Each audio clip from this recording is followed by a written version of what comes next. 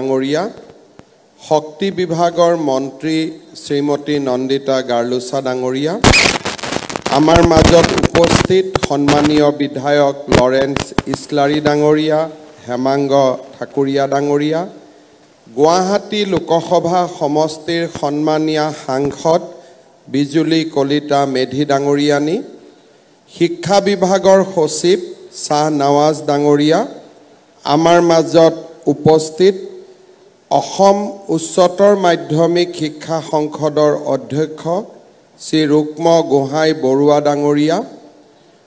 অসমৰ বিভিন্ন প্ৰান্তৰ পৰা অহা আৰু আজি নিযুক্তি পত্ৰ ল'বলৈ অহা সন্মানৰ শিক্ষক শিক্ষয়িত্ৰীসকল আৰু তেখেতসকলৰ লগত অহা পৰিয়ালবৰ্গ, আজি আপোনালোকক দেখি মোৰ মনটো 2012-2017 চনলৈ উৰি গৈছে। কাৰণ সেই সময়ছোৱাত আমি সকলোৱে এই খানাপাৰা ফিল্ডতে আমি নিযুক্তি পত্ৰ লৈছিলোঁ আৰু আজি আমি জীৱনত যেনেকৈ বিয়া বৰুৱা হোৱাৰ পিছত গিৰিয়েক ঘৈণীয়েকে মিলি স্বামী স্ত্ৰীয়ে মিলি 25 বছৰীয়া উৎসৱ পাতে, 50 বছৰীয়া উৎসৱ পাতে, তেনেকৈ আমি দ্বিতীয়বাৰ ইয়াতে আকৌ আমাৰ নিযুক্তি পৰ্বত অংশগ্ৰহণ কৰিবলৈ আমি ইয়াত উপস্থিত হৈছোঁ। এই নিযুক্তি পত্ৰ লাভ কৰাৰ ফলত আমি কি ধৰণে উপকৃত হ'ম, এই বিষয়ে বিভিন্ন চিন্তা চৰ্চা চলিছে আৰু মই কেইটামান কথা আপোনালোকক ক'ব খুজিছোঁ। প্ৰথম কথা, ঠিকা ভিত্তিত শিক্ষক, কৰবাত নহয় কৰবাত নামটো নিজৰে ভাল নালাগে। আজিৰ পৰা আপোনালোকৰ নামৰ সন্মুখত থকা ঠিকা ভিত্তিক শব্দটো উঠি যাব, আজিৰ পৰা আপোনালোক অকল শিক্ষক হ'ব। সেইটো এটা আমাৰ জীৱনৰ এটা ডাঙৰ প্ৰাপ্তি। কাৰণ ইমান দিনে কৰবাত নহয় কৰবাত যদি ঠিকা ভিত্তিক শব্দটো আমাৰ সন্মুখত নাথাকিলেহেঁতেন আমাৰ মনটো হয়তো আৰু ভাল লাগিলহেঁতেন। অহাকালি যেতিয়া আমি স্কুলত যোগদান কৰিম, আমি নিজক শিক্ষক হিচাপে যোগদান কৰি মনটো আপোনালোকৰ বহুত পাতল পাতল লাগিব। অহাকালি আপোনালোকে নিজৰ অভিজ্ঞতা মোক নিজে ক'ব, আপোনালোকে নিজে অনুভৱ কৰিব যে জীৱনত এটা ডাঙৰ পৰিৱৰ্তন আহিল। ইয়াৰ পিছত যেতিয়ালৈকে আমি ঠিকাভিত্তিক শিক্ষক হৈ আছিলোঁ, আমাৰ সন্মুখত অৱসৰকালীন আমি কি পেঞ্চন পাম তাক আমি কোনেও নাজানিছিলোঁ। CPF-ত আমাৰ 10% দৰমহাৰ ধন জমা আছিলে আৰু লাহে লাহে দৰমহাৰ স্লেবটো বাঢ়ি যোৱাৰ পিছত CPF-ৰ আওতাৰ পৰাও আমি বাহিৰত আছিলোঁ। এতিয়া যিসকলৰ 25 বছৰ আৰু 10 বছৰ চাকৰি এতিয়াও থাকিব, আপোনালোকে জানে যে ভাৰত চৰকাৰে ইউনিফাইড পেনশন স্কিম, এই পেনশন স্কিম আমাৰ বাবে লৈ আহিছে। এতিয়াৰ পৰা আমি অহাকালিৰ পৰা যদিও UPS অসম চৰকাৰে এতিয়াও গ্ৰহণ কৰা নাই, কিন্তু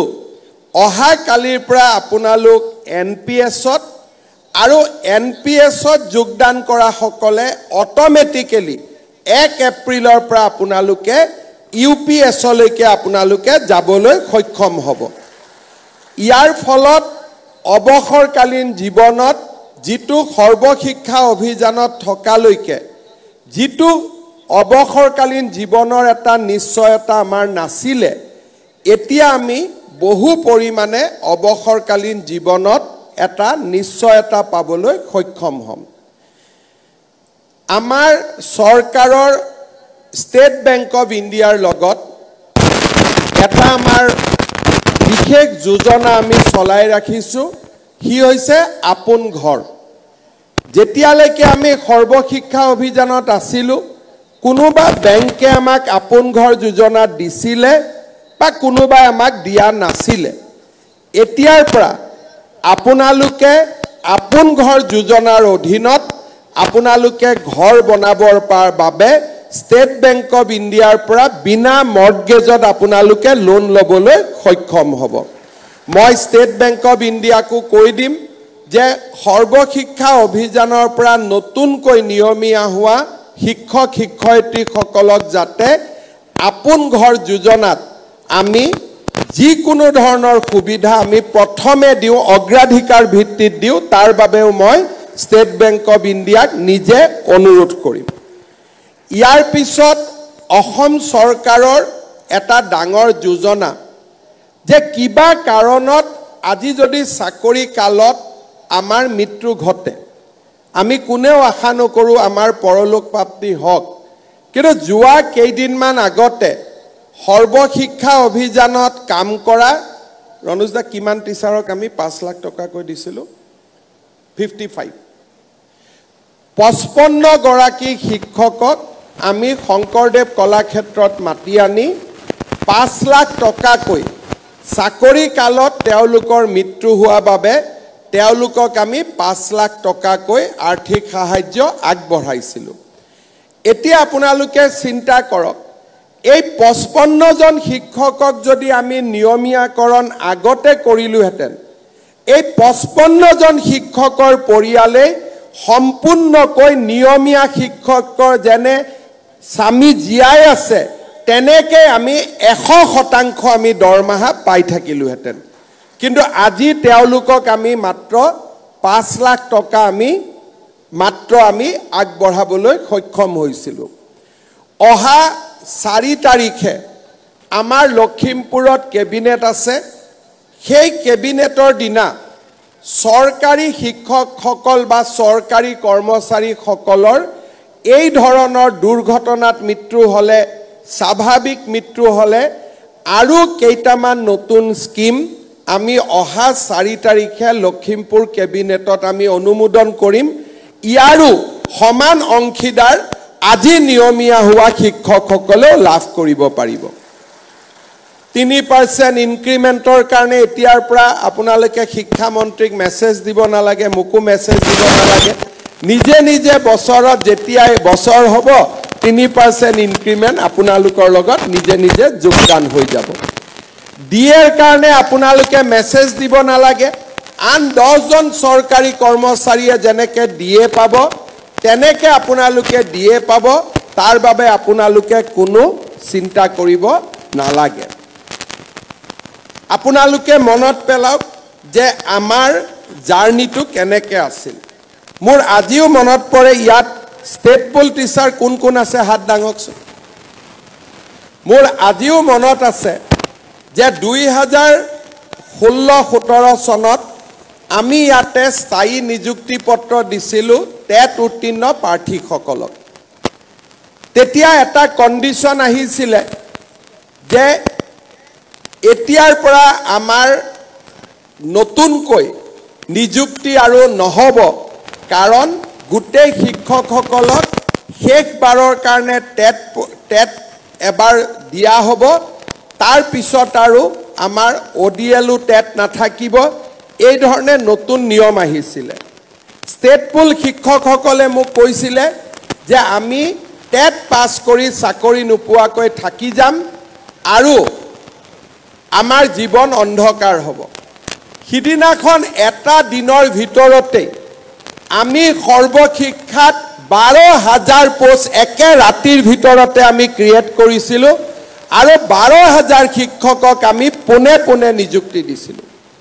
যোৱা বছৰ 2021 চনৰ ইলেকশ্যনৰ আগত ষ্টেট পুলৰ টিচাৰৰ প্ৰথম কম দৰমহা আছিল বাকি চুক্তিবদ্ধ শিক্ষকসকলৰ দৰমহা বেছি আছিল 21 চনৰ ইলেকশ্যনৰ আগত একে দিনাখনে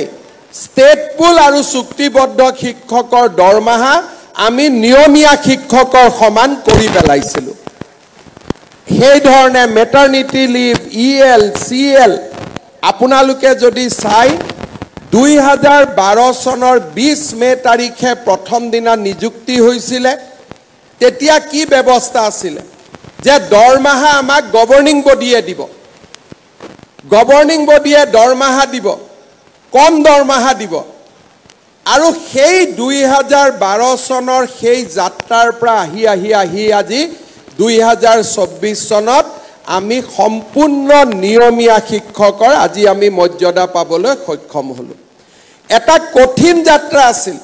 প্ৰথম যেতিয়া মই 26 মেত নিযুক্তি পত্ৰ দিছিলো জুলাই আগষ্ট মাহত মোক শিক্ষকসকলে হোৱাটছআপ দিছিলে স্যাৰ দৰমহাটো আমি নাপাও দেখোন স্কুলৰ হেডমাস্টাৰ এছএমচিৰ চেয়াৰমেনে সহি নকৰে তেওঁলোকে আমাক নিয়মীয়াকৈ দৰমহাটো নিদিয়ে আজি সেই যাত্ৰা পথৰ পৰা আৰম্ভ কৰি এতিয়া আৰু মাহৰ 1 তাৰিখে আপোনালোকে নিজৰ দৰমহা নিজে লব পৰা অৱস্থালৈকে আপোনালোকে অহা কালিৰ পৰা আপোনালোকে আহি পৰিলে এতিয়া কিছুমানে মোক কৈ আছে যে স্যাৰ 5 বছৰ অভিজ্ঞতা থকা কাৰণে আমি কেইজনমান বাদ পৰি গলো মই শিক্ষা বিভাগক অনুৰোধ কৰিম যে নিয়মীয়াকৰণৰ মানদণ্ড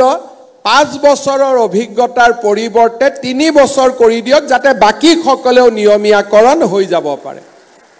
এখন উদাৰ হৃদয় লৈ যিসকল মাত্ৰ 3 বছৰ কাম কৰিছে সৰ্বশিক্ষা অভিযানত তেওঁলোককো আমি নিয়মীয়াকৰণৰ ব্যৱস্থা লম অহা বছৰৰ ভিতৰত আমি অহা বিত্তীয় বৰ্ষত তেওঁলোকক আমি নিয়মীয়াকৰণ কৰি দিম যিসকল শিক্ষক শিক্ষয়িত্ৰী কিবা কাৰণত আজি আবেদন কৰা নাই মই ভাবো যে অহা কালিৰ পৰা আপোনালোকৰ যিটো মৰ্যাদা হ'ব জীৱনৰ প্ৰতি যি নিৰাপত্তা আহিব এই সকলোবোৰ দিশ বিবেচনা কৰি তেওঁলোকে যদি পুনৰ আবেদন কৰিব খোজে তেওঁলোককো আমি আবেদনৰ পথ মুকলি কৰি ৰাখিম যাতে তেওঁলোকে দ্বিতীয়বাৰৰ বাবে আকৌ এবাৰ নিজৰ জীৱনক লৈ চিন্তা কৰিব পাৰে আপোনালোকে জানে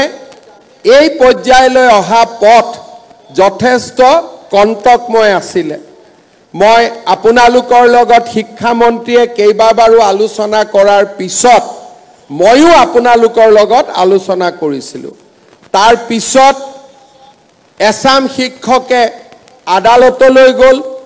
চৰকাৰে যিমান পাৰে আমিও আপোনালোকৰ হৈ মাত মাতি কেইদিনমান আগতে ডিভিজন বেঞ্চৰ পৰা আমি জাজমেন্ট আনিছিলো যে আমি নিয়মীয়াকৰণ কৰিব পাৰিম জাজমেন্ট অনাৰ মাত্ৰ 2-3 দিনৰ ভিতৰতে শিক্ষা বিভাগে এই গোটেই কামখিনি কৰি দিবলৈ সক্ষম হল আজি মই বিশেষকৈ চৰ অঞ্চলত 12 বছৰ 10 বছৰ ধৰি কাম কৰি যিসকল শিক্ষক শিক্ষয়িত্ৰী আছে তেওঁলোকক মই আশ্বাস দিছো যে 1/3 কৰি 3 বছৰৰ ভিতৰত মই তেওঁলোকক ভাল জাগালৈকে লৈ আহিম সেই প্ৰতিশ্ৰুতিও মই আজি আপোনালোকক দিছো অহা বছৰ এপ্ৰিল মেত আমি ধুবুৰী সাউথ সালমাৰাত কাম কৰা 1/3 শিক্ষকক আমি আন জিলালৈ লৈ আহিম তাৰ পিছৰ বছৰ 1/3 শিক্ষকক আমি লৈ আহিম তাৰ পিছৰ বছৰ 1/3 শিক্ষকক আমি লৈ আহিম যাতে ধুবুৰী সাউথ সালমাৰাৰ দৰে বিপদজনক স্থানত কাম কৰি থকা শিক্ষকসকলেও এটা জীৱনত লৰা ছোৱালীক পঢ়ুৱাই ডাঙৰ কৰাৰ বাবে তেওঁলোকেও যাতে এটা সুবিধা পাব পাৰে কিমান আছে ধুবুৰী আৰু সাউথ সালমাৰাত কাম কৰি থকা শিক্ষক হাত ডাঙৰ ঠিক আছে যিমানখিনি আছে স্থায়ীভাৱে যিসকলক আজি আমি নিয়মীয়াকৰণ কৰিলো তেওঁলোকক আমি 3 বছৰৰ ভিতৰত উপযুক্ত স্থানলৈ আমি লৈ আহিম আৰু অহা বছৰৰ ভিতৰত এই উপযুক্ত স্থানৰ যেটো ট্ৰান্সফাৰ সেই ট্ৰান্সফাৰৰ প্ৰক্ৰিয়া আমি আৰম্ভ কৰিম শ্ৰদ্ধাৰ শিক্ষক মণ্ডলী ইয়াৰ লগতে আজি আমি এইটো কথাও ক'ব খুজিছো যে ৰাজ্য চৰকাৰে এই বছৰ প্ৰায় 6000 স্কুলত আমি হেডমাস্টাৰৰ পদ আমি নতুনকৈ অনুমোদন কৰাৰ বাবে আমি সিদ্ধান্ত গ্ৰহণ কৰিছো এতিয়া আজি স্থায়ী হোৱা শিক্ষকসকলেও সেই প্ৰধান শিক্ষক হোৱাৰ স্কুলৰ সিনিয়ৰিটিৰ ভিত্তিত এটা সুবিধা লাভ কৰিব যেটো আপোনালোকৰ বহুজনৰ বাবে যদি চুক্তিবদ্ধ শিক্ষক হৈ থাকিলে আমি হেডমাস্টাৰ কৰিব নোৱাৰিলো হেতেন এতিয়া যেহেতু আপোনালোক স্থায়ীভাৱে নিযুক্তি হল সেই 6000 পদটো হেডমাষ্টাৰলৈকে যাবৰ বাবেও আপোনালোকৰ সুবিধা মুকলি হৈ ৰৈ যাব। শ্ৰদ্ধাৰ শিক্ষক মণ্ডলী, আজি দিনটো আমাৰ বাবে আন এক লক্ষ্য প্ৰাপ্তিৰ বাবেও এটা স্মৰণীয় দিন। বিগত নিৰ্বাচনৰ সময়ত মই সিদ্ধান্ত গ্ৰহণ কৰিছিলোঁ আৰু ৰাইজৰ আগত কৈছিলোঁ যে আমাৰ চৰকাৰ যেতিয়া শাসনলৈ আহিব আমি 1 লাখ যুৱক যুৱতীক নিযুক্তি প্ৰদান কৰিম। আজি আমাৰ এই নিযুক্তিৰ প্ৰক্ৰিয়াত এই উপস্থিত শিক্ষকসকলক যদি আমি বাদ দিওঁ তথাপিতো আমি 1,389টা সংখ্যাত আমি অৱতীৰ্ণ হ'লোঁ। অৰ্থাৎ আমাৰ ৰাজ্য চৰকাৰে গৌৰৱেৰে সৈতে আজিৰ দিনটোত আমি 1 লাখ নিযুক্তিৰ যিটো আমাৰ লক্ষ্য আছিল তাক আমি পাৰ কৰিলোঁ। আৰু যদি আজি স্থায়ীভাৱে নিযুক্তি পোৱা 23,955 জন শিক্ষকক আমি যদি হিচাপত লওঁ তেতিয়াহ'লে 2021 চনৰ পৰা ৰাজ্য চৰকাৰৰ আমাৰ কৰ্মচাৰীৰ সংখ্যাত 1,24,345 জন চৰকাৰী কৰ্মচাৰী লিপিবদ্ধ হ'ল। যোৱা স্বাধীনতাৰ পিছত 78 বছৰ পাৰ হৈ গ'ল, কোনো চৰকাৰে আজিলৈকে কেতিয়াও একেলগে 1 লাখ নিযুক্তি দিবলৈ সক্ষম হোৱা নাছিল। আজি আমাৰ চৰকাৰখনে সেই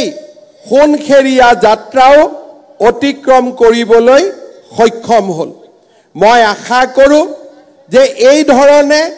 অসমৰ যুৱক যুৱতীৰ আশা আকাংক্ষা পূৰণৰ হকে আমি নিৰন্তৰ গতিত কাম কৰি যাব পাৰিম আৰু ৰাইজৰ আশীৰ্বাদত এই ধৰণে আমি আগুৱাই যাবলৈ সক্ষম হ'ম। আজিৰ এই দিনটোত অসমৰ যুৱক যুৱতী সকললৈ 1 লাখ নিযুক্তিৰ সংখ্যা পাৰ হৈ যোৱাৰ এই স্মৰণীয় মুহূৰ্তত মই সকলোলৈ অভিনন্দন জনাইছোঁ আৰু অহা বছৰৰ ভিতৰত নতুনকৈ আৰু 50,000 চৰকাৰী চাকৰি দিয়াৰ প্ৰচেষ্টাত আমি অৱতীৰ্ণ হ'ম। শিক্ষা বিভাগ, আৰক্ষী বিভাগ, এডিআৰই এই ধৰণে আমি আৰু নতুনকৈ 50,000 চৰকাৰী কৰ্মচাৰীক নিযুক্তি দিয়াৰ বাবে আমাৰ যে লক্ষ্য সেই লক্ষ্যত আমি জপিয়াই পৰিম। অসমৰ জাতীয় জীৱনত এনে সুন্দৰ 5টা বছৰ কেতিয়াও আমি দেখা পোৱা নাছিলোঁ, যিটো 5টা বছৰত এটকাও ঘোষ নিদিয়াকৈ চৰকাৰী চাকৰি পোৱা এটা ডাঙৰ মাইলৰ খুঁটি আমি অসমৰ জাতীয় জীৱনত স্থাপন কৰিবলৈ সক্ষম হ'লোঁ। 2013 চনত মোৰ মনত আছে যে আমি প্ৰথম টেট শিক্ষকৰ নিযুক্তিৰ প্ৰক্ৰিয়া আৰম্ভ কৰিছিলোঁ। তাৰ আগতে অসমৰ শিক্ষক নিযুক্তিৰ যিটো ব্যৱস্থা সেই ব্যৱস্থা কলুষিত আছিল, পংকিলতাৰে পৰিপূৰ্ণ আছিল।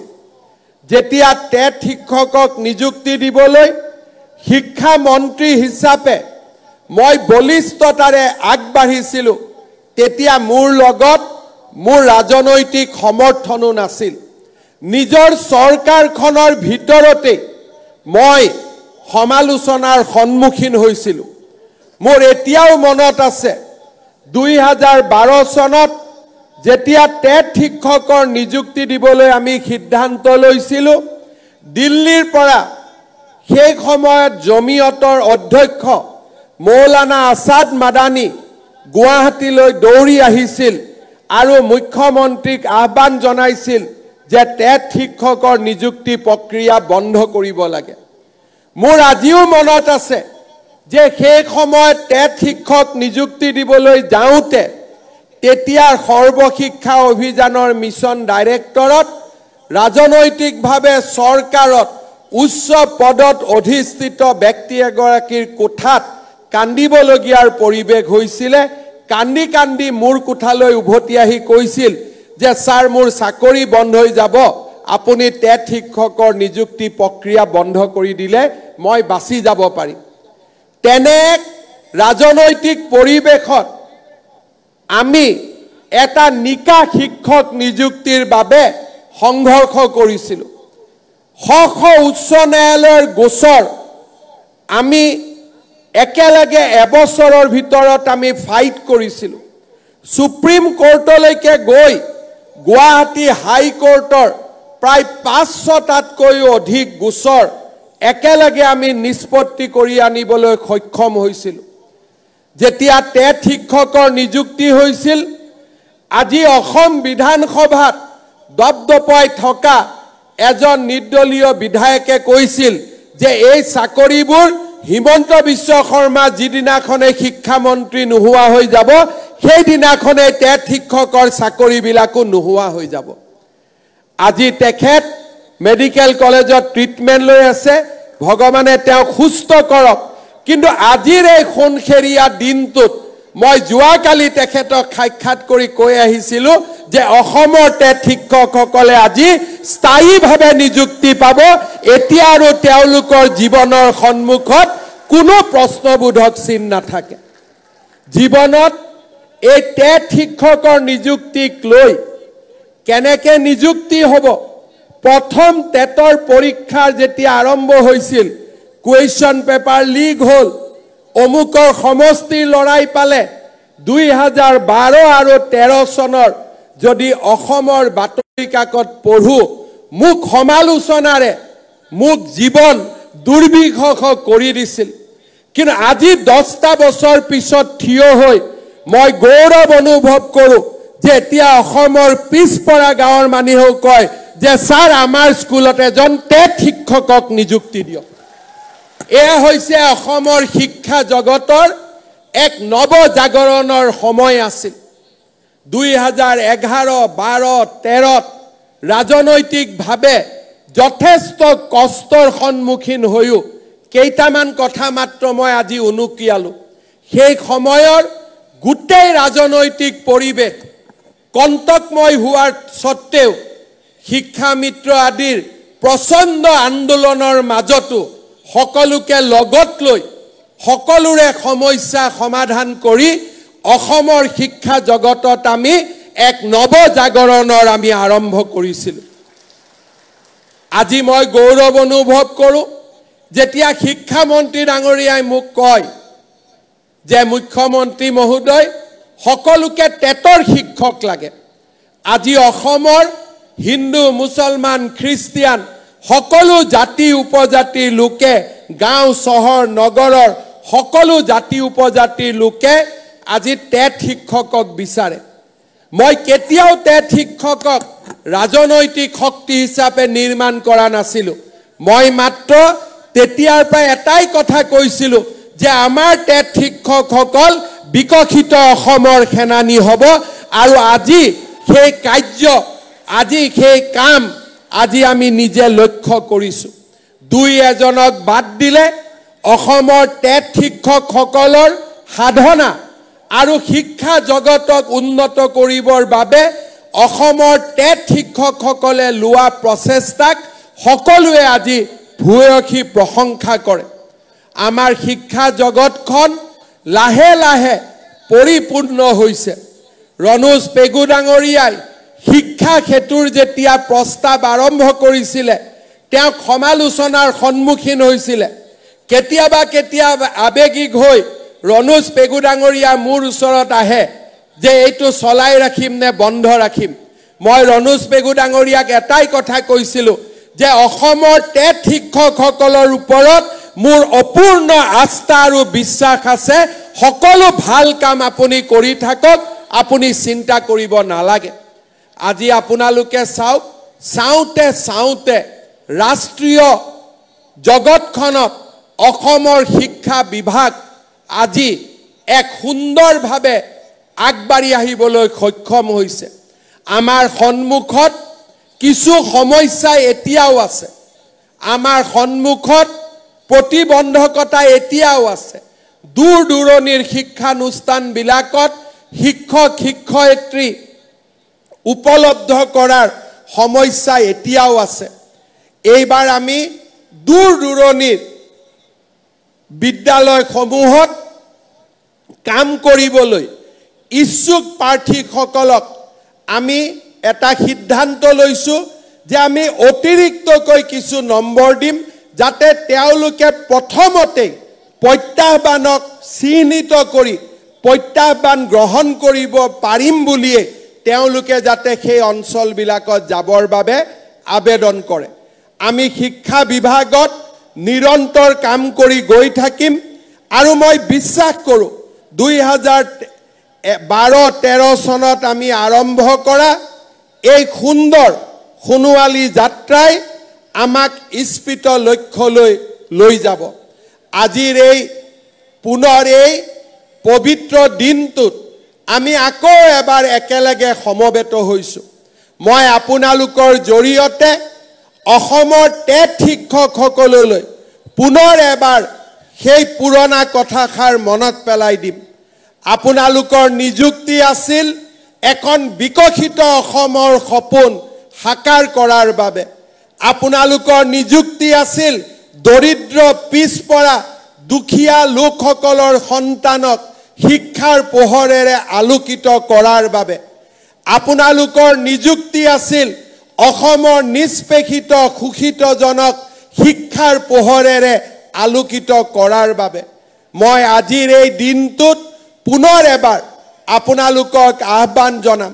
এই টেট শিক্ষক নিযুক্তিৰ বাবে ইয়াৰ দৰমহাৰ বাবে চৰকাৰে প্ৰায় 2000 কোটি টকা বছৰত ব্যয় কৰে আৰু বিভিন্ন ধৰণে এই ব্যয় প্ৰতি বছৰে বাঢ়ে কিন্তু তাৰ পিছতো মই কম যে এই বিনিয়োগ আমাৰ দুখীয়া জনৰ বাবে এই বিনিয়োগ আমাৰ নিষ্পেষিত জনৰ বাবে এই বিনিয়োগ আমাৰ শোষিত জনৰ বাবে মই আজিৰ এই দিনটোত টেট শিক্ষকসকলক আকৌ এবাৰ আহ্বান জনাম আপোনালোকে নিজক আকৌ এবাৰ পুনৰ উৎসৰ্গিত কৰক অসমৰ সেই দুখীয়া নিচলা গাঁও অঞ্চলত বাস কৰা সমাজখনক শিক্ষাৰ পোহৰেৰে আলোকিত কৰাৰ বাবে সেই সমাজখনক নতুন দিগন্তলৈ লৈ অহাৰ বাবে আমাৰ অসমক ভাৰতৰ ভিতৰতে সৰ্বশ্ৰেষ্ঠ 5খন ৰাজ্যৰ ভিতৰত এখন হিচাপে প্ৰতিষ্ঠা কৰাৰ বাবে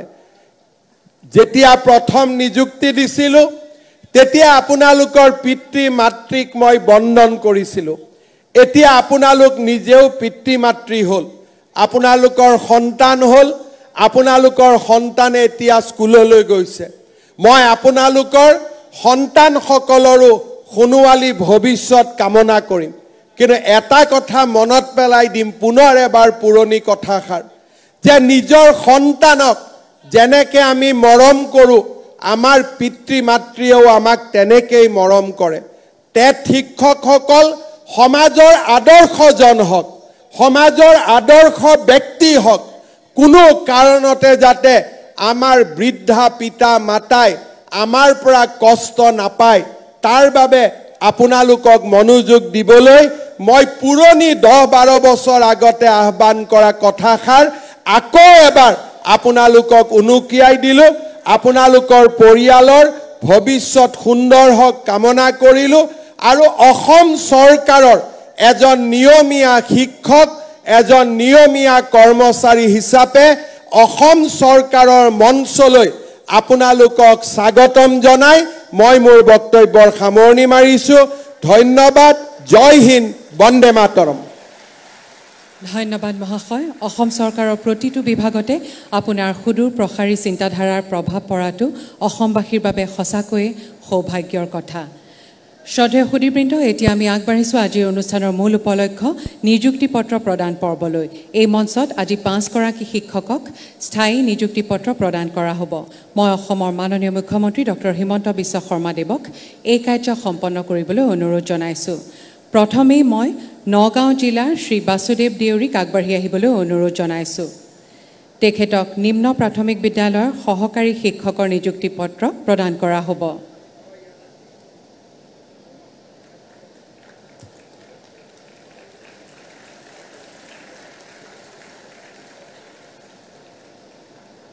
ধন্যবাদ এইবাৰ গোৱালপাৰা জিলাৰ শ্ৰীমতী ডালিমা দাসক আগবাঢ়ি আহিবলৈ অনুৰোধ জনাইছোঁ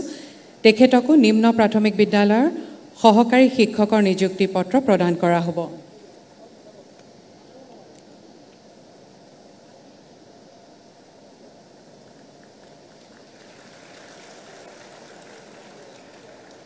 ধন্যবাদ এইবাৰ নিযুক্তি পত্ৰ গ্ৰহণ কৰিব ধেমাজি জিলাৰ শ্ৰী বিতুপন দাসে তেখেতক নিম্ন প্ৰাথমিক বিদ্যালয়ৰ সহকাৰী শিক্ষকৰ নিযুক্তি পত্ৰ প্ৰদান কৰা হ'ব ধন্যবাদ এইবাৰ ধেমাজি জিলাৰ শ্ৰীমতী নুপুৰ শইকীয়াক আগবাঢ়ি আহিবলৈ অনুৰোধ জনাইছোঁ তেখেতকো নিম্ন প্ৰাথমিক বিদ্যালয়ৰ সহকাৰী শিক্ষকৰ বাবে নিযুক্তি পত্ৰ প্ৰদান কৰা হৈছে ধন্যবাদ এইবাৰ আগবাঢ়ি আহিবলৈ অনুৰোধ জনাইছোঁ কামৰূপ জিলাৰ শ্ৰী জাকিৰ হুছেইনক তেখেতক উচ্চ প্ৰাথমিক বিদ্যালয়ৰ সহকাৰী শিক্ষক পদৰ বাবে নিযুক্তি পত্ৰ প্ৰদান কৰা হৈছে ধন্যবাদ মঞ্চত নিযুক্তি পত্ৰ প্ৰদান পৰ্বৰ ইমানতে অন্ত পৰিল আজিৰ নিযুক্তি পত্ৰ প্ৰদান অনুষ্ঠানত সক্ৰিয় অংশগ্ৰহণেৰে আমাক কৃতাৰ্থ কৰাৰ বাবে অসমৰ মাননীয় মুখ্যমন্ত্ৰী ডক্টৰ হিমন্ত বিশ্ব শৰ্মা দেৱলৈ আমাৰ আন্তৰিক কৃতজ্ঞতা যাচিছোঁ মাননীয় শিক্ষামন্ত্ৰী ডক্টৰ ৰণোজ পেগুদেৱ মাননীয় মন্ত্ৰী শ্ৰীযুতা নন্দিতা গৰলোচা মহোদয়া আন গণ্যমান্য অতিথি সহিতে উপস্থিত সদাশয় ব্যক্তি প্ৰচাৰ মাধ্যমৰ সদস্য আৰু অনুষ্ঠানটিৰ সফল আয়োজনত জড়িত সমূহ ব্যক্তি অনুষ্ঠান প্ৰতিষ্ঠানলৈও আমাৰ আন্তৰিক কৃতজ্ঞতা যাচিছোঁ এতিয়া ৰাষ্ট্ৰীয় সংগীতেৰে আজিৰ অনুষ্ঠান